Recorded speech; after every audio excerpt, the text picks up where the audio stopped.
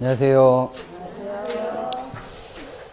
아침에 일어났더니 오늘은 예산에서 왔는데 매주 예산에서 올 것 같아요. 목요일 날 수업이 11시 반까지 잡혀 있어갖고 그래서 예산에서 자고 이렇게 나왔는데 아침에 일어났더니 눈이 많이 와갖고 차가 앞이 안 보이는 거 있잖아요. 눈이 녹아갖고 다 얼어붙어갖고 아침부터 손 시려 죽는 줄 알았습니다. 그거 떼내느라고.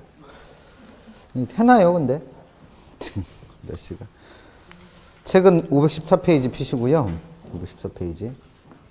514페이지. 이게 금요일 날 수업인데다가 학교일은 수업이고 그러니까 빠지시는 분들 많은데 잘 하고 계시겠으니까 빠지시겠죠 뭐.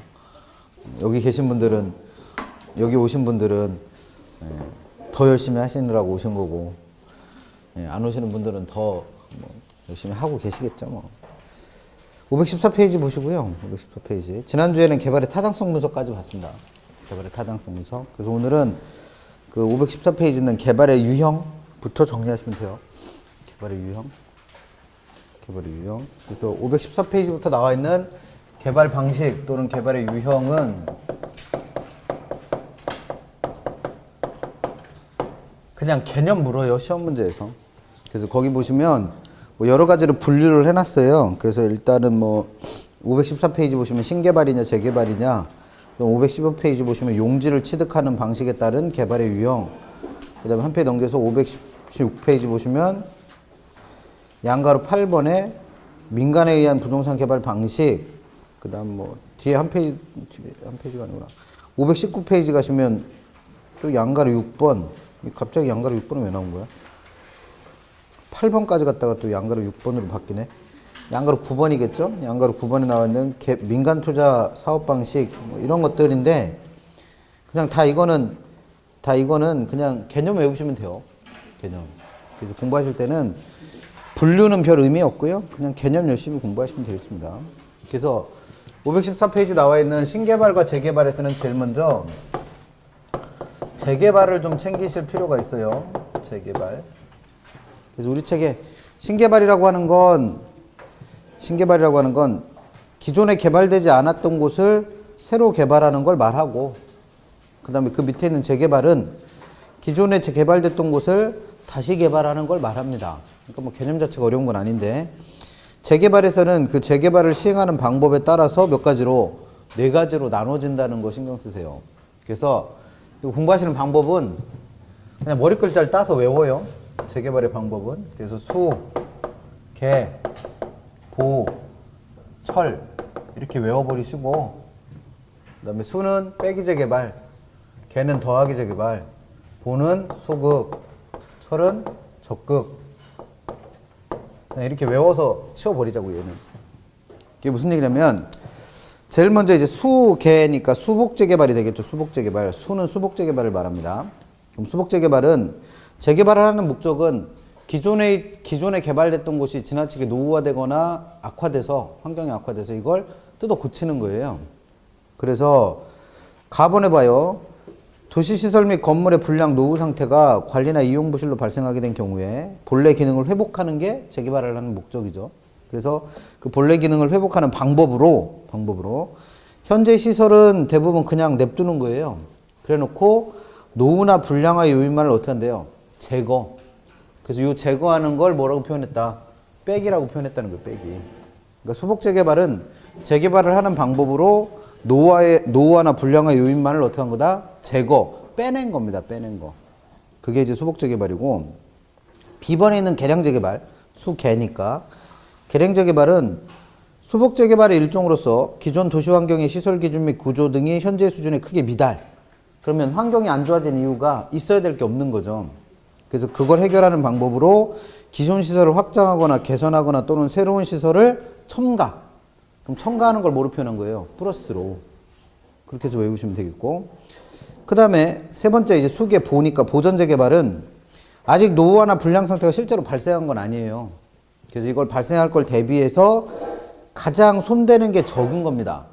그냥 노후화나 불량화를 예방만 하는 거예요. 그러니까 활동해야 될 범위가 가장 적어져서 이걸 뭐라고 표현한 거? 소극. 이렇게 표현한 거고. 그다음 철거 재개발은 우리가 알고 있는 것처럼 맨 앞에 있는 철거제 개발은 기존 환경을 완전히 제거를 해보고 제거를 해버리고 새로운 걸 어떻게 한 거다? 대체한 거예요. 대체. 그럼 손대는 부분이 그만큼 가장 많아지겠죠. 그래서 이걸 적극 이렇게 표현한 겁니다. 그래서 얘는 물어보는 게 어차피 시행하는 방법을 가지고 구분하는 거니까 수, 개, 보, 철 이렇게 하시고 수는 빼기니까 뭐 제거, 그 다음에 개는 더하기니까 첨가, 그 다음에 보존 재개발은 가장 소극적이니까 손대는 게 가장 적은 예방적 차원, 철거 재개발은 우리가 잘 알고 있는 것처럼 기존의 시설을 완전히 대체, 이렇게 기억하시면 되죠. 그래서 개념 가끔씩 시험 문제 물어보니까, 그러니까 시험 문제는 어떻게 낼 수 있는 거예요? 본래 기능을 회복하기 위해서 현재 시설을 대부분 유지하면서 노후 불량화의 요인만을 제거하는 재개발의 방법을 개량 재개발이라 부른다. OX, X 이렇게 묻습니다. 그래서 그런 것들을 잘 챙기시면 되겠고, 2번에 있는 용지 취득 방식에 따른 개발 유형도 책에서는 개발에 필요한 토지를 어떻게 마련하느냐라는 용지를 취득하는 방식을 가지고 구분하고 있는데, 구분해서 시험 문제 잘 안 묻는다는 얘기예요. 그래서 개념을 알고 계시는 게 필요하고, 그냥 공부하기 편하게 용지를 취득하는 방법, 개발에 필요한 땅을 구하는 방법은 첫 번째, 그냥 내 땅 개발하면 될 거 아니에요. 내 땅.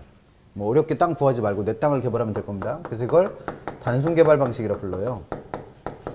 단순 개발 방식은 토지 소유자가 직접 자신의 땅을 개발하는 걸 말합니다. 그러면 개발 전에도 내 땅이었고 개발 후에도 내 땅이니까 권리의 변동이 있다 없다? 없을 거예요. 그래서 이게 권리 불변 방식이라고 표현되는 거고, 그 다음 두 번째 용지를 취득하는 두 번째 방법은 환지 방식이 활용될 수 있을 겁니다. 그래서 얘는 정부에서 개발 주체가 됐을 때 개인의 토지를 잠깐 어떻게 하는 거예요? 빌려요. 그래서 개발한 다음에 비용을 충당하는 땅이나 또는 공공용지를 쓸 땅을 제외하고 다시 되돌려주는 방식입니다. 그래서 공법 시간에 배우는 건데, 그럼 이 환지 방식은 개발되기 전에는 다 내 땅이었지만 개발돼서 돌아오는 건 그 일부만 돌아오잖아요. 간부가 발생하기 때문에. 그래서 이걸 권리가 어떻게 되는 거? 축소되는 방식이다라고 표현하는 거고. 그럼 세 번째, 개발에 필요한 땅을 구하는 세 번째 가장 쉬운 방법은 돈 주고 사는 거죠, 뭘. 그래서 매수하거나 수용하는 방식이 될 겁니다. 그래서 얘는 개발 전에는 내 땅이었지만 개발 이후에는 이걸 팔아봤으니까 남의 땅 돼버렸잖아요. 그래서 얘는 권리가 아예 소멸하는 방식이다 라고 설명을 합니다. 그래서 이 세 가지 개념 구별하시면 되고, 특이하게도 시험 문제 제일 많이 물었던 건 이 방식들을 결합하는 게 있다는 거예요. 그래서 그걸 혼합 방식 또는 혼용 방식이라고 부르는데, 이런 혼합 방식 또는 혼용 방식은 누구랑 누구랑 결합된지를 알고 계시면 되겠죠. 그래서 매수 또는 수용 방식과 뭐가 결합된 거다? 환지 방식이 결합된 거예요. 그래서 개념 묻습니다. 개념. 용지를 취득하는 방법과 관련해서 개발 방식들. 그 다음 한 페이지 넘겨보시면 8번에 양가로 8번에 얘는 개발 주체, 지난주에도 얘기했지만 주체가 나오면 항상 셋. 제1주체가 정부, 제2주체가 민간, 제3주체가 정부와 민간의 결합 이렇게 된다고 했는데, 그 개발 주체가 누구일 때? 민간일 때 그 개발 방식들이 또 어떤 게 있느냐 물어보는 겁니다. 그래서 민간 개발 방식이에요. 그래서 민간 개발의 방식은 우리 책에는 이거를 한 4가지로 나눴는데 그 4가지로 나눈 게 조금 뭔가 좀 어색해요. 그래서 민간 개발 방식은 일단 민간이 개발을 할 때, 개발 주체가 민간일 때 토지 소유자가 자기 땅을 자기가 직접 개발하는 방식도 있을 거라는 겁니다. 그래서 이걸 자체 개발 사업이라고 불러요. 그리고 이거랑 비교해서 같이 알고 계셔야 될 게, 토지 소유자 혼자 개발하는 게 아니라 토지 소유자랑 개발업자랑 결합해서 개발이 이루어지는 것도 있을 거라는 겁니다. 그래서 이걸 지주 공동사업 방식이라 불러요. 그래서 자체 개발 사업은 이름 그대로 누구 혼자 한 거? 토지 소유자가 혼자 개발한 겁니다. 그래서 얘는 개념적으로 누구랑 비슷하겠구나. 단순 개발 방식과 비슷할 거예요. 이에 반해서 지주 공동사업 방식은 누구랑 누구랑 결합한 거? 토지 소유자하고 개발업자가 결합을 통해서 공동으로 개발하고 있는 걸 지주 공동사업이라 부르는 겁니다.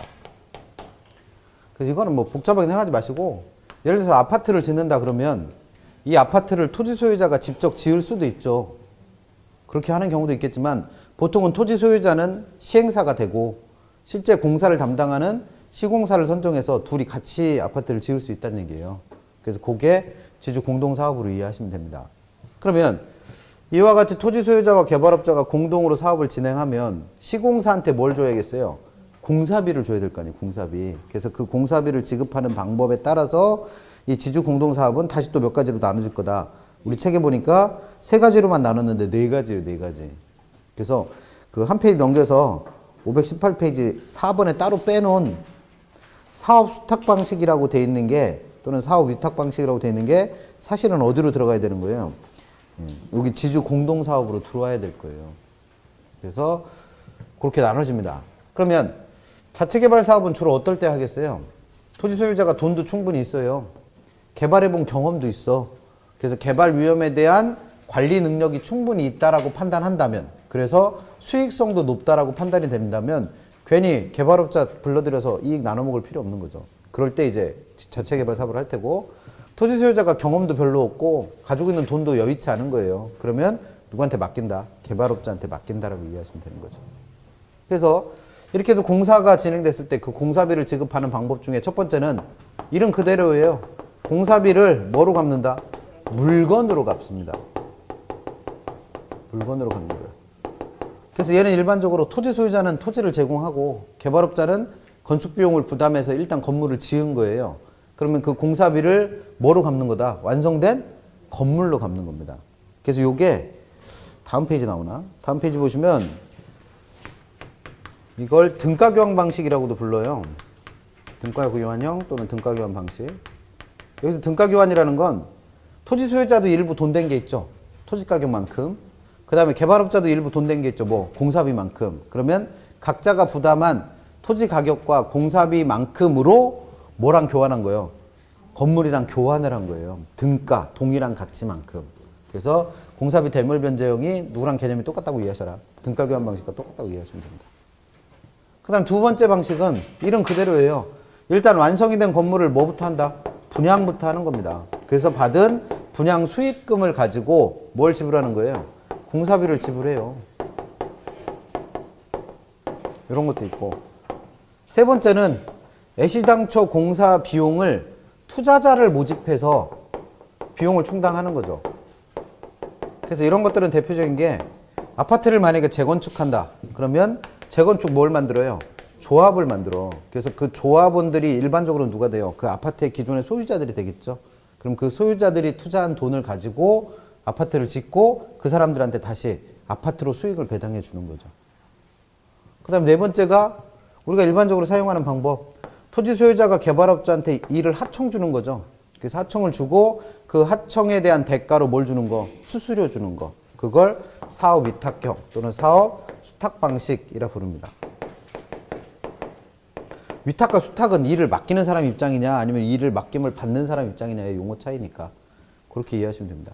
그래서 이 네 가지는 토지 소유자와 개발업자가 공동으로 사업을 진행하되 그 개발 주체는 어디까지나 누구예요? 토지 소유자예요. 그래서 그 토지 소유자가 개발 사업을 하고 그 완성된 거에 대한 비용을 어떻게 지불하느냐에 대한 문제입니다.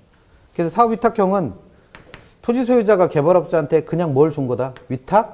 수수료를 지급하는 방식이다라고 이해하시면 되는 거죠. 근데 이 민간개발 방식 중에 얘랑 구별하셔야 될 거, 사업 위탁형과 구별하셔야 될 게 또 뭐가 있다? 토지개발 신탁이라는 게 있어요. 토지개발 신탁.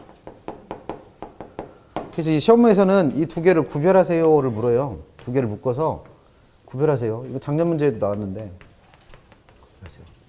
구별하라고 시험 문제 내는 이유는 딴 거 아무것도 없어요. 그냥 무슨 자가 똑같이 들어가니까 탁자가 똑같이 들어가니까 사람들은 아마 이 두 개를 어떻게 할 거다? 헷갈려 할 거다라고 내는 문제예요. 그냥. 그래서 둘 다 공통점도 있을 테고 차이점도 있겠죠. 그래서 책에 일단 방금 전에 설명드린 게 이제 사업 위탁 방식이니까 위탁 방식을 먼저 볼게요. 한 페이지 넘겨서 518페이지. 사업 위탁 방식 또는 사업 수탁 방식은 개념 한번 볼게요. 건물의 기획 설계에서 완공 후 관리 운영까지의 사업 실시 전반을 토지 소유자가 담당하는 방식으로 토지 신탁 방식과 매우 유사하다는 겁니다. 유사한데 차이점도 있다는 거예요. 차이점도. 그래서 그 차이점이 사업이 끝까지 누구 명의로 이루어진다? 토지 소유자 명의로 이루어집니다. 그러면 이 사업의 명의를 넘기지 않았다는 얘기는 소유권은 여전히 누가 갖고 있다? 토지 소유자가 갖고 있다는 거예요. 토지 소유자가. 그 다음에 니은번 보시면 토지 소유자가 니은번 보시는 게 아니구나. 디귿번 보야겠네. 디귿번에서 토지 소유자가 개발 사업의 명의를 갖고 있으니까 돈은 당연히 누가 돼야 돼요? 토지 소유자가 돼야겠죠. 그래서 디귿번에 자금 조달은 누가 한다? 토지 소유자가 한답니다. 토지 소유자. 그래서 리을번 내 땅을 내 거를 내 돈 들여 개발했으니까 리을번에 있는 것처럼 개발 사업에서 나오는 수익도 당연히 누가 가져가는 거예요? 토지 소유자가 가져갈 거예요. 당연한 얘기죠. 그러면 이 일을 대신해 준 개발업자는 그냥 뭘 챙기는 거예요? 니은번에 있는 것처럼 사업 시행을 대신 해주고 그에 대한 뭐만 받는다? 수수료만 받는 거예요. 그게 일반적인 사업 위탁 방식이 될 테고, 그 다음에 앞으로 가보세요. 앞으로 한 페이지 가셔서 토지개발 신탁은 개념에서 기억번. 토지개발 신탁이란 토지 소유자가 자신의 토지를 신탁회사에 위탁했대요.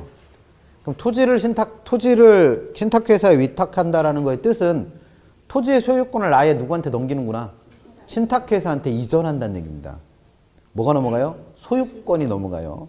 그러면 개발의 명의자가 아예 어떻게 되는 거예요? 바뀌었어요. 신탁회사로. 그러면 한 페이지 넘겨서 지금 한 얘기랑 똑같은 얘기 하는 겁니다. 개발의 명의자가 디귿번 토지 소유권이 신탁회사한테 형식적으로 이전돼 버립니다. 그럼 여기서 형식적으로 이전됐다는 거의 뜻은 뭐예요? 등기부상의 명의자가 아예 바뀐 거예요. 신탁회사로. 그래서 우리나라에서는 등기의 공실력을 인정한다, 안 한다? 안 한다고 배웠죠. 그럼 그 말의 뜻은 뭐예요? 실제 등기부상의 명의자는 신탁회사여도 그 소유권은 실질적으로 누가 갖고 있다는 거예요? 원래 토지 소유자가 갖고는 있다는 얘기예요. 근데 명의만 누구한테 넘겨준 거다? 신탁회사한테 넘겨준 겁니다. 그러면 이렇게 신탁회사에서는 자기가 소유권을 이전 받았으니까 당연히 돈 누가 대야 되겠어? 신탁회사가 돼야지, 당연히. 명의자가 돈을 대야지. 그래서 명의자가 돈을 다 댑니다. 그리고 건물이 완공됐어요. 그럼 그 완성된 건물의 명의도 당연히 누가 갖고 있어? 신탁회사가 가져요. 그래서 미음번 봐봐요. 미음번이 아니라 비읍번 가보시겠네. 비읍번. 건물이 준공되면 신탁회사가 자기 명의로 뭘 모집해요? 입주자를 모집해. 그리고 거기서 수익이 발생했다면 그 수익 중의 일부를 누구한테? 원래 토지 소유자한테 어떻게 줄 뿐이에요? 배당만 해줄 뿐이요. 그러니까 명의자가 뭘 된다고 이해하시면 돼요. 개발 사업의 명의자가 비용도 돼야 되고 거기서 완성된 개발 사업의 소유권도 누가 갖는다? 그 명의자가 갖습니다. 그럼 토지 소유자가 실질적 소유권을 갖고 있는 거니까 그 토지 소유자한테는 그냥 뭐만 배당해 줬다는 거예요? 수익만 배당해 줬을 뿐이에요. 그래 놓고 15번 신탁기간이 종료됐습니다. 그러면 거기서 나오는 수익의 다 나눠 먹었겠죠. 다 배당이 됐을 거예요. 그러면 원래 이 토지와 건물은 누가 개발하고 싶었던 거예요? 토지 소유자가. 근데 신탁회사가 이걸 대신 개발해 줬을 뿐이죠. 그러니까 개발 사업이 다 끝나고 나면 토지와 건물의 소유권은 다시 누구한테? 원래 토지 소유자한테 반환되는 방식입니다. 그래서 그 밑에 표에 보시면 토지개발 신탁 방식과 사업 위탁 방식을 비교해 놓은 게 있죠. 그것만 잘 구별하시면 돼요. 그러니까 기본적으로 기억하실 건 뭐예요? 토지의 소유권을 갖고 있는 사람, 즉 개발의 명의자가 뭐도 돼야 되고 비용도 돼야 되고 그 다음에 완성된 건물의 소유권도 갖는다라는 것만 잊지 않으시면 되죠. 그럼 둘의 차이는 뭐예요? 개발 사업의 명의를 토지 소유자가 여전히 갖고 있고 개발 사업만 남한테 맡겼으면 이건 뭐? 사업 위탁. 그래서 개발업자는 그냥 뭐만 챙기는 거예요? 위탁 수수료만 챙기는 거고 그 다음에 토지개발 신탁은 아예 뭐가 이전돼 버리는 거예요? 토지의 소유권이 이전돼 버리는 거예요. 그러면 개발 사업의 명의자가 누구로 바뀌었으니까 신탁사로 바뀌었으니까 이 신탁회사가 돈도 돼야 되고 완성된 건물의 소유권도 일단은 가지면서 분양해서 수익을 내는 거죠. 그럼 그 수익을 토지 소유자한테 일부 배당해주고 개발 사업이 다 끝나면 토지와 건물의 소유권을 다시 누구한테? 원래 토지 소유자한테 반환해주는 형태입니다. 그 두 개를 구별하시면 돼요. 그러니까 시험 문제에서는 낼 수 있는 게 뭐예요? 이 두 개를 구별하되 둘 다 남한테 개발 사업을 맡겼다는 건 똑같은데 개발 사업만 맡기고 소유권의 이전이 없으면 뭐? 위탁.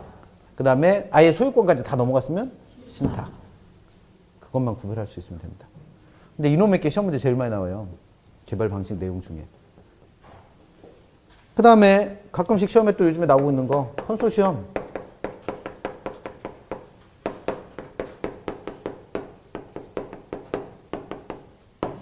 그래서 컨소시엄은 별거 아니고 그냥 개발 사업이 대규모가 된 거예요. 그럼 혼자서 개발업자 혼자 건설회사 혼자 하기에는 너무 부담스럽죠. 그러면 여러 개의 개발업자 즉 건설회사들이 다 결합해서 별도의 뭘 하나 만드는 거예요. 법인체를 만들어요. 그걸 두고 뭘 한다? 컨소시엄이라 부릅니다. 컨소시엄. 그래서 이게 컨소시엄은 대규모 개발 방식에서 활용된다는 거죠. 6번에 있는 등가 교환 방식은 아까 얘기했던 누구랑 비슷한 거? 공사비 대물 변제요. 그 다음에 7번에 있는 신차지 방식은 이게 우리나라 용어가 아니에요. 우리는 차지권이라는 용어가 있어 없어? 민법을 배우셔서 알겠지만 물권 중에 차지권이라는 게 있다 없다? 없어요. 지상권을 의미합니다. 지상권. 지상권은 알잖아. 차지권이 없는 거지. 그래서 이건 일본 용어예요. 일본 용어. 그래서 우리 시험에는 안 낼 겁니다. 아마. 나머지는 됐고. 6번에 있는 6번이 또 나와. 양가로 6번이. 민간 투자 사업 방식은 이게 영어 공부하셔야 될 거예요. 그래서 나중에 할게요. 이거는. 영어 공부하는 건 나중에 할게요. 그렇게 해서 보시면 됩니다. 그러면 다 했고 522페이지 가시면 양가로 7번에 번호를 어떻게 붙인 거예요? 이게. 양가로 7번에 경제기반 이론이라는 게 또 나오죠. 그래서 이거는 지난주에 뭐 할 때? 개발의 타당성 분석할 때 지역경제 분석의 구체적 방법으로 활용될 수 있는 게 뭐다? 경제기반 이론이다. 뭐 이런 얘기 했죠. 그래서 그 경제기반 이론의 내용이 좀 복잡하고 그 구체적 내용으로 들어가 보면 523페이지 뭔가를 구하는 식이 하나 나왔죠. 그럼 구하는 식이 등장한다면 한 페이지 넘기면 당연히 그걸 이용해서 뭔가를 구하는 게 나오겠죠. 근데 이 경제 기반 이론이 생각보다 조금 복잡해요. 그래서 이건 나중에 하자고 그랬었습니다. 대사 문제가 그렇게 자주 나오는 것도 아니고 그러니까. 그래서 일단 개발에서는 지난주에 배웠던 개발의 유형과 개발의 타당성 분석하고 오늘 설명드린 개발 방식들. 그럼 시험 문제는 어떻게 내냐면 이거 다 묶어 그냥. 다 묶어요. 다 묶어서 한 문제로 만들어요. 그냥. 그래서 다음은 부동산의 개발 방식에 대한 설명입니다. 설명이 제대로 된 것 또는 설명이 잘못된 걸 고르세요. 그래놓고 뭘 물어보더라? 개념 묻습니다. 그래서 작년 시험에서는 이 환지 방식에 대한 설명을 네모 박스 안에다 이렇게 쭉 써놓고 다음은 개발 방식 중 용지 취득 방식에 따라 분류할 때 어디에 속합니까? 이렇게 물었었어요. 그래서 그냥 개념 알고 계시면 됩니다. 그러니까 이런 것들 내는 거니까 뭐 그렇게 크게 어려운 문제는 아니고. 그러니까 개발론 중에서 어려운 건 그 개발의 타당성 분석에서 경제 기반 분석만 좀 어려워요. 그것만 일단 먼저 빼고 가는 겁니다. 525페이지 가시면 두 번째 보셔야 될 거, 세 번째 이용부터 했으니까 세 번째 보셔야 될 거 이제 관리가 될 텐데. 관리는 딴 거 안 나와요. 그냥 관리를 내용에 따라서 분류했을 때 관리를 영역에 따라 분류했을 때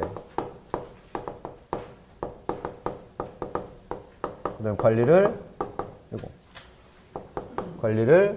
관리 방식에 따라 분류했을 때 어떻게 분류되고 그 내용 어떤 것들인가 알고 계시면 됩니다. 그래서 제일 먼저 관리의 개념부터 한번 보자는 거죠. 관리 개념. 1번에 관리란 대상 부동산을 그 목적에 맞게 최유효 이용할 수 있도록. 그럼 여기서 말하는 최유효 이용이라는 게 뭐냐 이거죠. 최유효 이용은 부동산은 그 용도가 다양한데 그 다양한 용도 중에서 가장 그 유용성이 높은 용도예요. 가장 효용성이 높은 용도를 최유효 이용이라고 부릅니다. 그래서 합리적이거나 합법적이거나 경제적으로 봤을 때 또는 물리적으로 봤을 때 가장 그 부동산에 적합한 용도를 뭐라 부르는 거예요? 최유효 이용이라고 불러요. 그래서 이 부동산을 최유효 이용할 수 있도록 부동산을 보존하고 유지하고 개량하는 활동을 말합니다. 근데 우리 지난주에 배울 때 개발의 개념이 뭐였어요? 개발. 토지를 개량하는 활동이었잖아요. 개량하는 활동. 그럼 여기도 개량이란 말이 나오니까 두 개가 겹치네. 그럼 이때 말하는 개량은 그 뒤에 나와 있는 말처럼 뭐의 변화가 없는 범위 내에서 그 부동산 자체의 성질이 바뀌지 않는 범위 내에서 개량되는 걸 말합니다. 그러니까 개량은 어디서도 할 수 있고 관리에서도 할 수 있고 개발에서도 할 수 있다는 얘기예요. 그럼 이 두 개를 구별할 때는 부동산 자체의 성질을 변경시킨다면 뭐로 봐야 되고? 개발. 그 다음에 부동산 자체의 성질을 바뀌지 않는 범위 내에서 개량하고 있다면 그걸 관리라고 부르는 거죠. 그래서 부동산의 관리라는 건 부동산을 가장 적합한 용도로 이용할 수 있도록 보존하고 유지하고 개량하는 활동을 말하는 겁니다. 그래서 뭐 개념이니까 그대로 이해하시면 되겠고 한 페이지 넘겨보시면 공부할 것들은 정리되어 있죠. 그래서 제일 먼저 부동산을 관리에 따라 분류하면, 아니, 관리를 내용에 따라 분류하면 첫 번째 기술적 관리라는 것도 있고, 두 번째 경제적 관리라는 것도 있고, 세 번째 법률적 관리라는 것도 있을 거라는 거예요. 그래서 이런 기술적 관리는 뭐고, 경제적 관리는 뭐고, 법률적 관리는 뭔가 일단 개념은 아셔야 될 테고, 그 다음에 이런 기술적 관리 안에는 어떤 게 들어가 있고, 경제적 관리에는 뭐가 들어가 있고, 법률적 관리에는 그 내용이 어떤 것들을 담고 있는지 물어봅니다. 그럼 1번에서 기술적 관리의 개념은, 기술적 관리라는 거의 개념은 대상 부동산에 대한 물리적이거나 기능적인 하자가 생겼대요. 그럼 여기서 물리적 하자는 말 그대로 너무 오래돼서 부셔진 거예요. 부셔진 겁니다. 기능적 하자는 겉보기는 멀쩡해요. 부서진 건 아닌데 얘가 제 기능을 잘 안 해. 그런 걸 기능적 하자라 불러요. 그래서 이런 물리적이거나 기능적 하자가 생겼을 때 그에 대한 부셔지고 망가지고 제 기능 안 하니까 그에 대한 뭘 해야 되겠어요? 여러 가지 기술적인 조치를 취해야겠죠. 그런 것들을 다 통틀어 뭐라 부른다? 기술적 관리라 부릅니다. 그래서 기억하실 건 그 밑에 동그라미 2번에 기술적 관리의 내용에 어떤 것들이 포함되는가? 더러워졌으니까 청소해야겠죠? 위생관리. 그 다음에 설비를 직접 운전하고 운영할 필요가 있겠죠? 설비관리. 그 다음에 도둑 안 들게 하고 불 안 나게 해야 될 거예요. 보안관리. 그 다음에 어디 고장나면 고치기도 해야 될 겁니다. 수선하고 이래야 될 거예요. 이걸 보존관리. 그래서 그 네 가지를 기술적 관리로 분류하는데 주의하실 건 지금 설명되어 있는 것들은 전부 다 건물의 관리에 대한 얘기만 써놓은 거예요.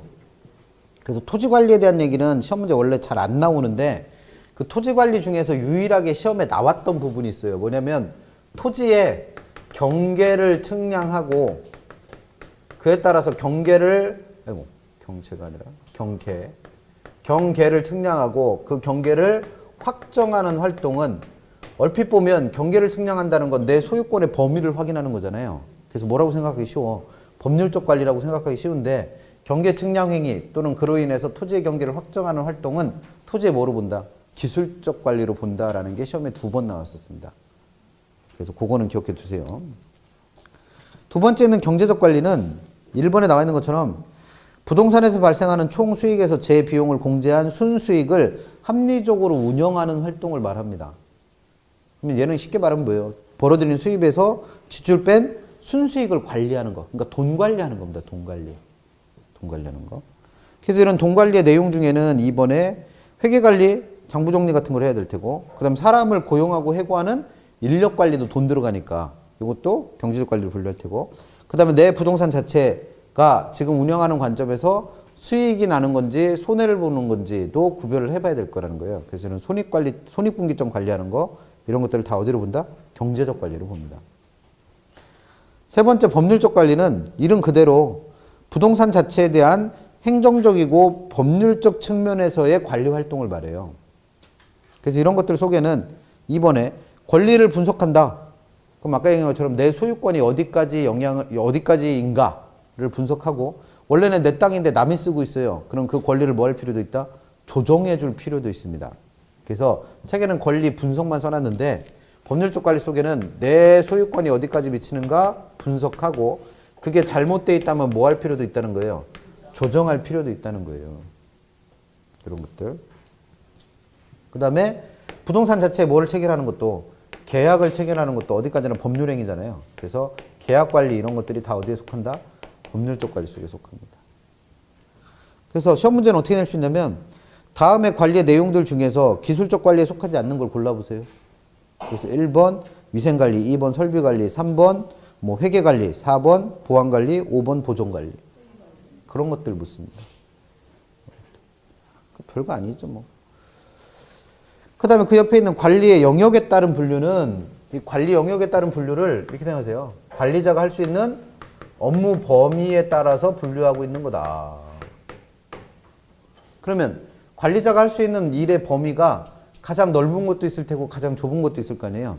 그래서 우리 책에 있는 건 좁은 순서로 나와 있습니다.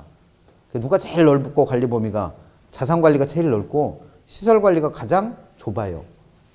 그래서 관리 업무의 범위가 가장 넓은 게 자산관리인데 이 자산을 영어로는 에셋이라고 부르고 관리를 매니지먼트라고 부르니까 AM이라고 표현하는 거죠. 그래서 자산관리자는 어떤 일을 할 수 있냐면 1번에 있는 것처럼 관리자 중에서 자산관리를 맡은 사람은 소유자나 기업의 부를 극대화시키기 위하여 부동산의 가치를 증진시킬 수 있는 모든 방법을 동원할 수 있습니다. 그래서 뭐 2번에 있는 것처럼 포트폴리오를 관리하고 그다음 자산과 부채를 종합적으로 관리하고 그다음에 제일 중요한 거 부동산을 매수하고 매각하는 것까지 누가 할 수 있다는 거예요. 관리자가 할 수 있어요. 그리고 부동산 투자로부터 발생할 뭐 위험을 분석하고 그다음에 투자 여부를 결정하고 이런 것들을 다 누가 할 수 있다? 관리자가 할 수 있습니다. 그러면 자산관리자는 이 부동산을 뭐 하는 것부터 시작해서 취득, 매입하는 것부터 시작해서 그 부동산을 직접 어떻게 하는 거, 운영하는 것뿐만 아니라 그 부동산을 뭐 하는 것까지 처분하는 것, 매각하는 것까지를 전부 다 관리를 할 수 있는 거예요. 그게 뭐에 속한다? 자산관리에 들어갑니다. 그 다음에 두 번째 나와 있는 부동산 관리는 이 세 가지 관리 중에서 특정 부동산에 대한 운영만을 담당하고 있는 거예요. 그래서 내가 보유하고 있는 어떤 부동산의 운영, 즉 임대업 자체를 남한테 맡겨놓은 걸 두고 뭐라 부른다? 부동산 관리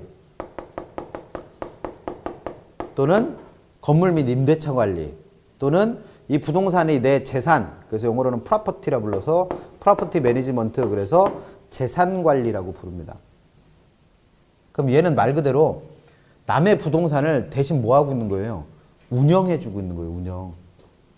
그래서 이런 부동산 관리의 내용 속에는 세 번째는 마케팅을 통해서 임차인을 모집을 해요. 그리고 그 임차인으로부터 뭐도 받아? 임대료도 받아요. 그리고 그 임대차를 관리하는 안에서 어디 고장나면 고치고 이러는 것까지 다 포함해서 남의 부동산을 대신 뭐 해주고 있는 거다? 운영해주고 있는 겁니다, 운영. 그래서 이런 부동산 관리의 내용 속에는 광고 같은 걸 통해서 마케팅 등을 통해서 임차인을 직접 어떻게 한다? 모집을 해요. 그래서 그 모집된 임차인을 직접 어떻게 한다? 관리도 합니다.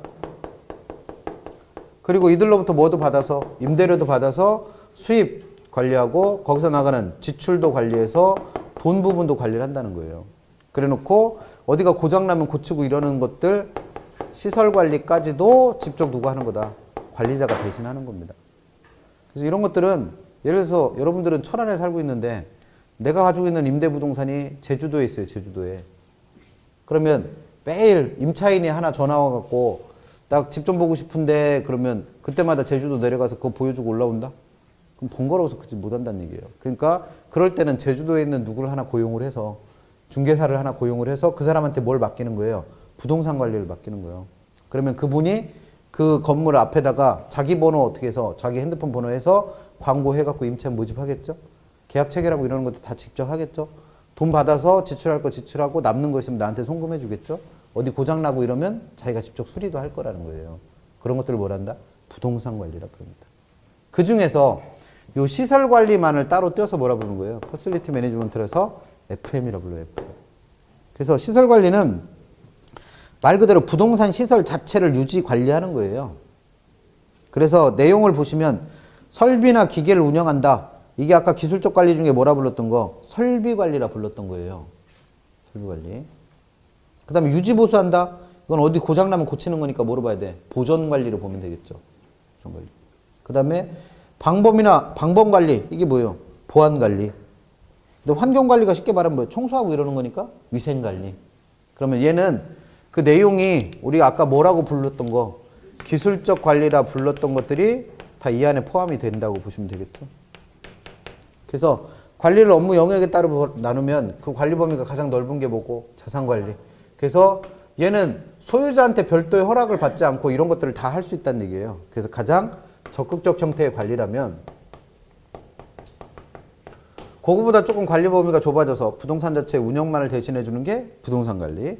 그 다음에 부동산 자체를 유지 보수하는 게 시설 관리가 되는 거죠. 그러면 이거 유지 보수를 할 때 예를 들어서 어디가 고장났어요. 그러면 자기 마음대로 고쳤다가는 집주인한테 욕먹는다는 거죠. 그러니까 얘는 일일이 뭘 하려면 집주인의 허락을 받아야 돼. 그래서 가장 소극적인 형태의 관리가 시설 관리입니다. 쉽게 말하면 살고 계신 아파트 경비원 아저씨가 마음대로 아파트 어디를 고쳤어요. 그럼 욕먹는다는 얘기예요. 그렇게 이해하시면 돼요. 그러면 시험 문제 낼 때는 얘하고 얘는 일부 겹치는 부분이 생기고 얘하고 얘도 일부 겹치는 부분이 생기니까 구별하라고 내기가 좀 껄끄러워요.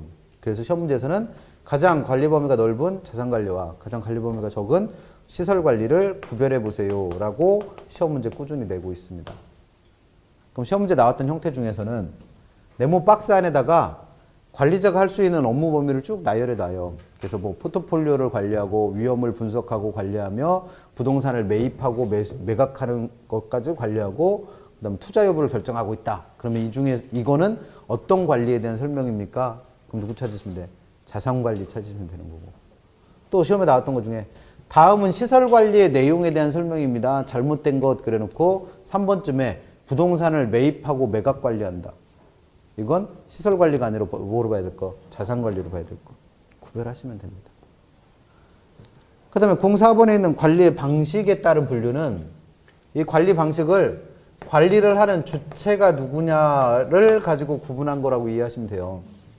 그러면 관리하는 주체는 첫 번째, 당연히 누구일 수 있겠다? 소유자가 직접 관리할 수 있겠죠. 이걸 자가관리 또는 직접관리라고 부르는 거고, 전문가한테 맡길 수도 있을 거라는 거예요. 이걸 위탁관리 또는 간접관리라고도 부르고, 이 두 개가 결합된 것도 있을 거라는 겁니다. 이걸 혼합관리라고 불러서 이 세 가지를 관리 방식 또는 주체에 따른 분류로 봐요. 근데 책을 보니까 이 세 가지에 대해서는 뭘 정리해 놓고 있구나? 장점하고 단점에 대해서 분류를 하고 있다는 거예요. 그럼 관리 방식에 따른 분류는 그냥 뭐 공부하시면 되겠네. 장점하고 단점 공부하시면 돼요. 그래서 한 페이지 넘겨서 528페이지 가보시면 이 세 가지 관리 방식에 따른 장단점을 정리를 해놨어요. 근데 이 말이 그렇지 이걸 어떻게 다 외워요? 얘는 다 외워야 된다고 그랬잖아요. 관리, 뭐 개발 관리론 다. 그래서 다 못 외우실 것 같으면 이렇게 하세요. 문제 풀 때 자가관리가 나왔어요. 그럼 이건 직접 누가 관리하고 있는 거니까? 소유자가 직접 관리하고 있는 거니까 소유자가 직접 관리할 때 이러이러한 것들이 장점이 되겠구나 또는 이러이러한 것들이 단점이 되겠구나가 납득이 되면 맞는 표현인 거고, 그렇지 않으면 틀린 표현으로 보고 공부하시면 제일 쉽습니다. 그래서 시험에 나왔던 거 몇 가지만 좀 챙겨볼게요. 제일 위에 나와 있는 거 528페이지 맨 위에 있는 게 자가관리의 장단점이니까 자가관리의 가장 큰 장점은 니은번입니다. 시험에 나왔던 거. 소유자가 자기 멋대로 할 수 있어요. 소유자의 강한 지시통제력이 인정될 수 있고, 그 다음에 미음번. 관리에 대한 내용은 다 자기만 알고 있으면 되죠. 비밀이 어디로 새나갈 일이 없다는 거예요. 그래서 기밀유지나 보안관리에서 탁월합니다. 이런 건 장점이고, 단점 뭐겠어요? 단점. 소유자가 관리를 하는 전문가는 아닐 거 아니에요. 그래서 가장 큰 단점이라면 소유자의 비전문성. 디귿에 있는 소유자의 비전문성. 그 다음에 기억번입니다. 기억번. 이 사람은 관리의 전문가가 아니기 때문에 새로운 관리 방식 이런 걸 알아야 몰라요. 몰라. 그러니까 새로운 관리 방식이 도입되질 못하고 그냥 그동안에 해왔던 방식대로 그냥 구태의연하게 해버린단 말이에요. 이걸 뭐 한다? 관리의 타성화가 나타납니다. 매너리즘, 영어로는 관리의 타성화. 이런 것들이 단점이 될 거예요. 그러면 위탁관리는 전문가한테 맡긴 거니까 가장 큰 장점은 누가 뭐래도 모르겠어요. 전문가가 맡아서 관리하고 있으니까. 기억에 있는 전문적 관리, 그 다음 뭐 리을에 있는 전문적 관리. 전문성 높아지는 게 가장 큰 장점입니다. 그 다음에 전문가가 와서 새로운 방식들을 도입할 때니까 관리 업무가 어떻게 될 수 있다? 타성화가 방지될 수 있다는 거예요. 기존에 해오던 방식대로 관리를 하는 게 아니라 새로운 방식이 계속 도입이 됩니다. 그래서 관리 업무의 매너리즘화, 타성화를 방지한다라는 건 장점. 단점은 우리 책에는 시험에 나왔던 내용은 하나도 없어요. 시험에 자주 언급했던 건 오히려 하나도 안 써놨습니다. 그래서 그 밑에다 좀 써놓으세요. 단점에다가 전문가가 공짜로 와서 해주진 않을 거 아니에요. 그래서 관리 비용이 증가합니다. 위탁 비용이 발생하니까 관리 비용이 증가하는 단점이 있고, 그 이유는 뭐 때문에? 위탁 비용이 늘어나니까. 위탁 비용의 증가로 관리 비용이 늘어난다. 위탁 비용이 늘어나면서 관리 비용이 증가. 그 다음 또 하나의 단점은 관리에 대한 내용을 소유자만 알고 있는 게 아니라 누구도 같이 알고 있어요. 관리자도 같이 알잖아요.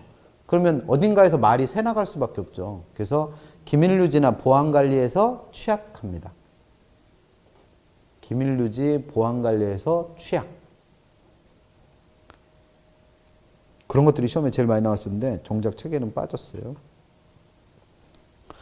그 다음에 3번의 혼합관리는 두 가지가 결합된 거니까 두 가지 방식의 장점이 결합될 수 있겠죠. 그럼 아까 얘기한 대로 기밀 유지도 하면서 전문성도 도입하면서 관리의 타성화도 방지하면서 돈도 절약하고 이런 것들이 생길 수 있다는 거죠. 그건 장점이고, 단점은 일을 하는 사람이 둘이면 서로 어떻게 해요? 일을 떠넘겨. 그래서 문제가 발생했을 때 책임 소재가 불분명해진다라는 건 단점입니다. 그래서 시험에 어떻게 나왔었냐면, 혼합관리의 경우에는 정해진 부분만 위탁하기 때문에 관리 업무의 책임이 명확해진다라는 장점이 있다. 아무리 그럴싸하게 말을 표현해도 관리자가 2명이면 관리의 책임 소재는 어떻게 된다? 불분명해집니다. 그래서 그런 식으로 해서 시험에 3번 나왔어요. 그러니까 혼합관리에서 시험 문제 내는 건 딱 뭐요? 책임 소재가 불분명해진다가 시험에 계속 나옵니다. 그래서 그런 것들 정리해서 한 문제 정도 낸다는 거죠. 그래서 옛날에는 이거 따로 내고 이거 따로 내고 이거 따로 내고 이랬어요. 근데 이따 문제 풀어보시면 알겠지만 보통 요즘에 나오는 문제는 이걸 다 어떻게 해? 섞어. 그래서 뭐 1번 지문에서는 자산관리에 대해서 묻고 있고 2번 지문이나 3번 지문에서는 자가관리와 위탁관리의 장단점 묻고 있고 4번 지문에서는 기술적 관리가 뭔지 설명하고 뭐 5번 지문쯤에서는 시설관리가 뭔지 설명하고 이렇게 해서 다 섞어서 문제를 내버립니다. 그래서 한 문제 정도 출제되는 부분이 관리. 나머지 529페이지부터 나와 있는 구체적인 관리 활동에 대한 건 또 나중에 보죠, 뭐.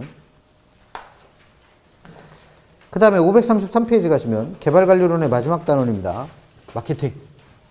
공부하실 건 535페이지. 마케팅에서 공부하실 거는 정해져 있어요. 535페이지 나와 있는 마케팅의 3가지 전략.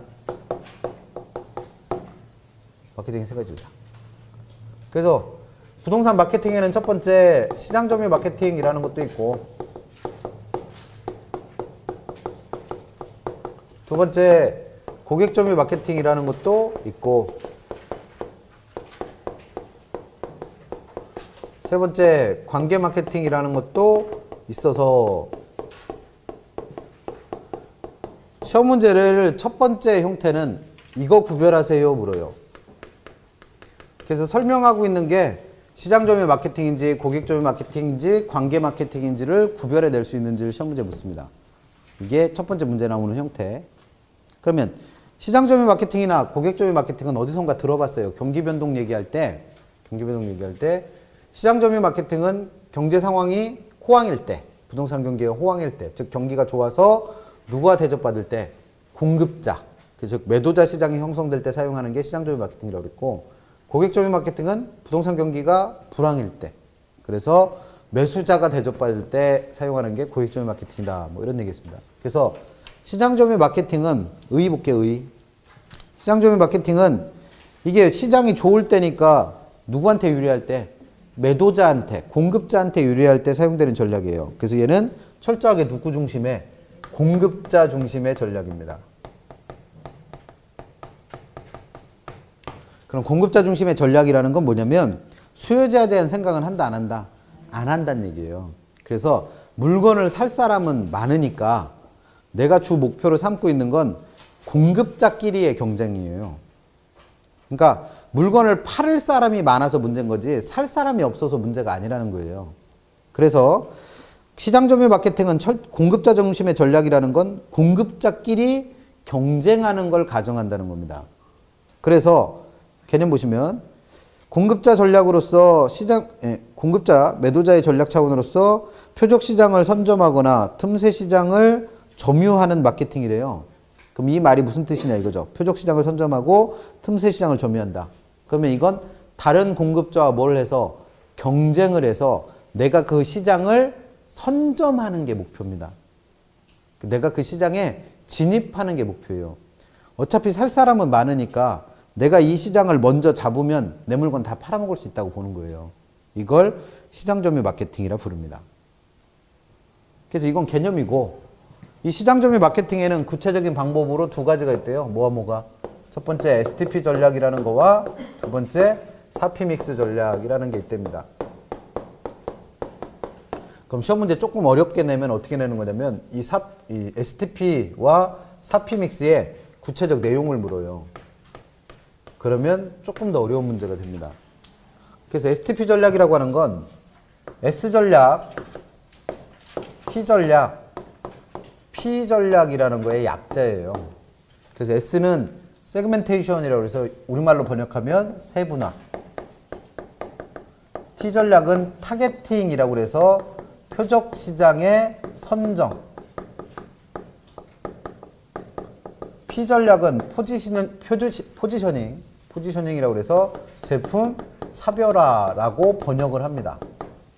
세분화 전략, 표적 시장의 선정 전략, 차별화 전략 이 세 개를 묶어서 STP 전략이라 불러요. 그럼 세분화 전략과 차별화 전략은 이 세분화와 차별화는 들어봤어요. 지난주에 뭐 설명드릴 때 개발의 타당성 분석할 때 내가 개발한 부동산이 이 시장에서 얼만큼 팔려나갈까를 분석하는 시장 분석의 내용 중에서 내가 개발하려고 하는 특정 유형의 부동산이 이 지역 안에서 얼마만큼 수요되고 얼마만큼 공급되는가를 분석하는 시장 분석의 구체적 방법으로, 즉 수요량과 공급량을 세는 구체적 방법으로 시장 세분화와 시장 차별화라는 걸 설명드리면서 외우는 방법 어떻게 하시라? 아무리 바빠도 뭐는 하고 다니자? 세수는 하고 다니자. 그래서 세분화는 누구를?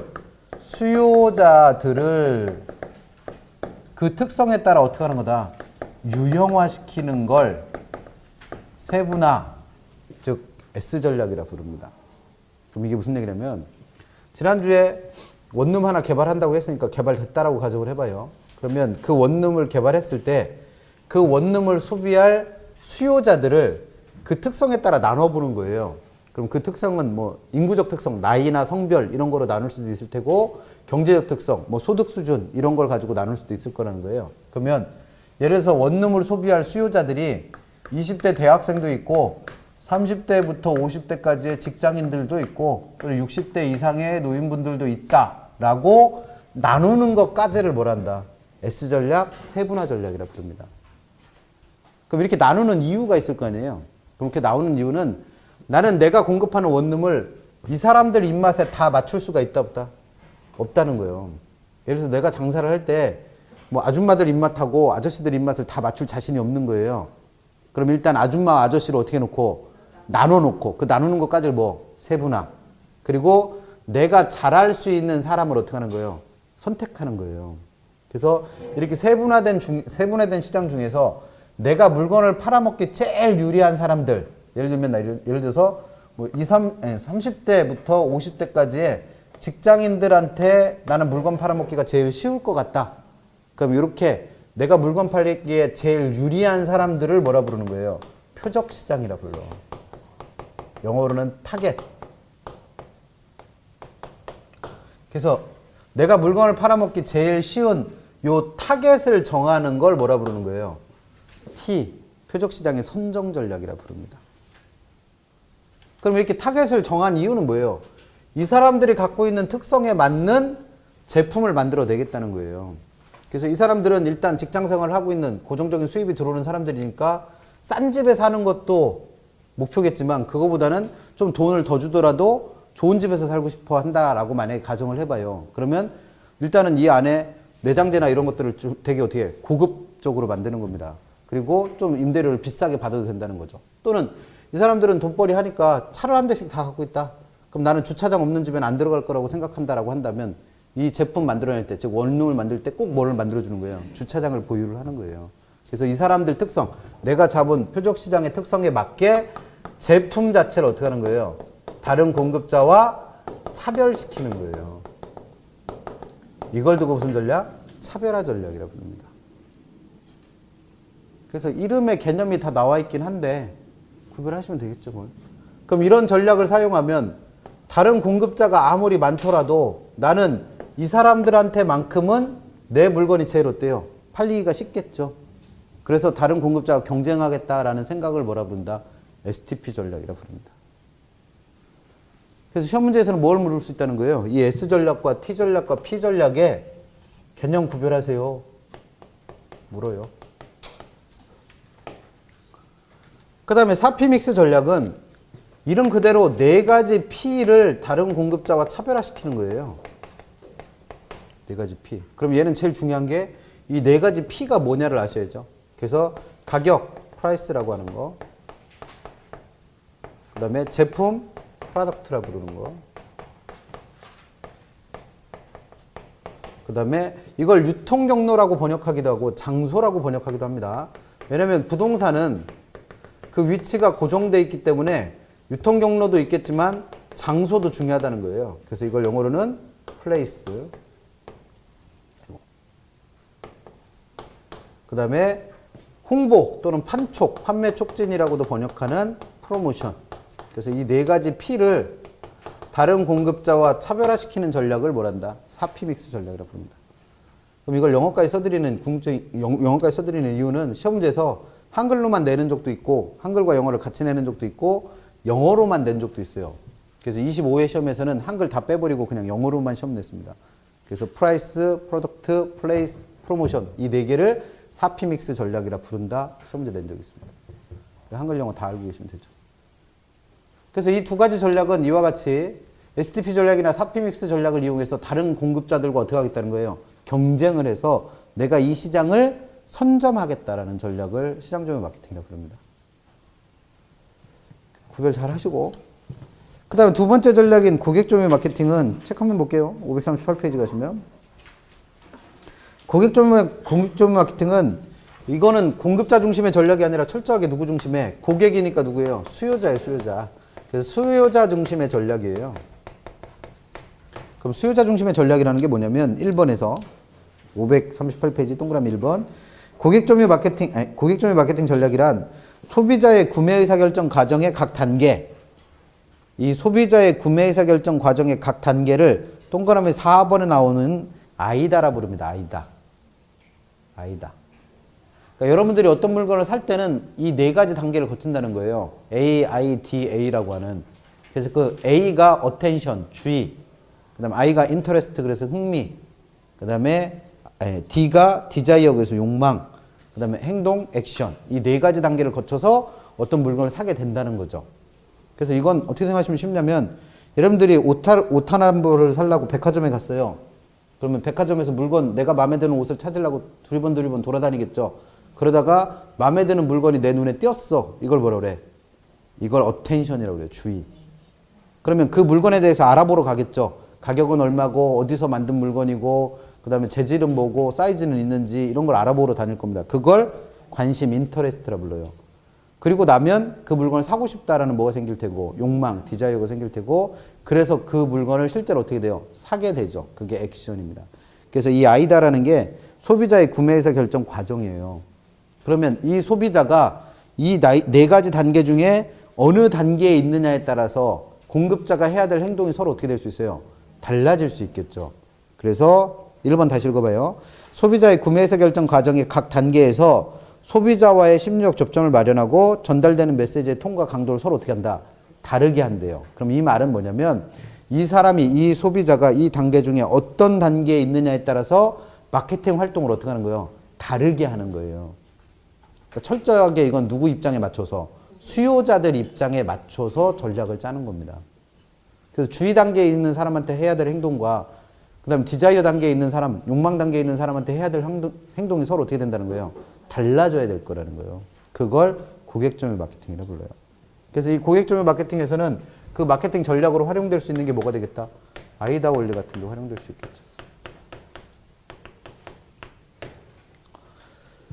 그 다음에 관계 마케팅은 다른 말 필요 없습니다. 그냥 수요자랑 공급자 간에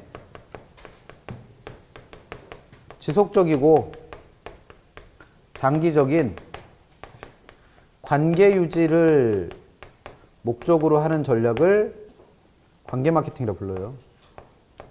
그럼 이건 어떤 상황에서 이루어지는 마케팅이냐면 신규 수요자가 유입될 가능성이 거의 없어요. 그냥 기존에 있던 사람들을 울고 먹는 거예요.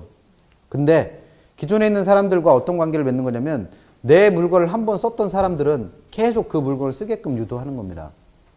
그래서 사람들이 뭘 보고 결정하게끔 그 물건의 브랜드를 보고 결정하는 거예요.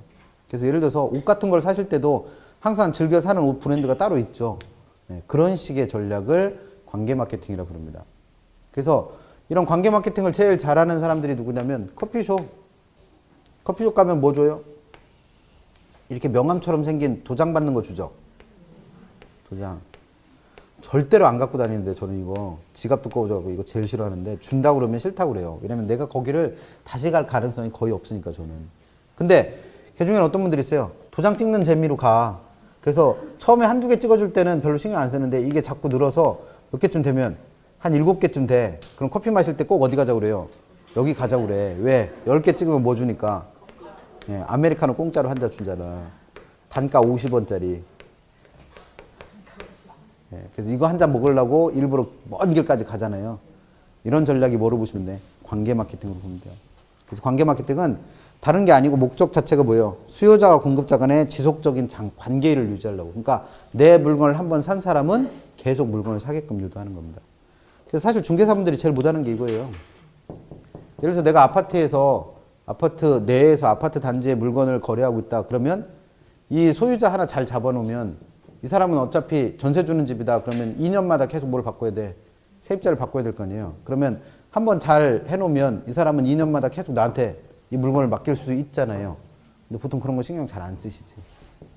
그래서 저 같은 경우에도 처음에 이사 갈 때 했던 중개사분한테 전세 놓을 때 그분한테 안 갔어요. 하도 마음에 안 들어갖고. 하도 땡땡거려갖고. 매도자 편 들면하고. 근데 사실은 중요한 건 뭐예요?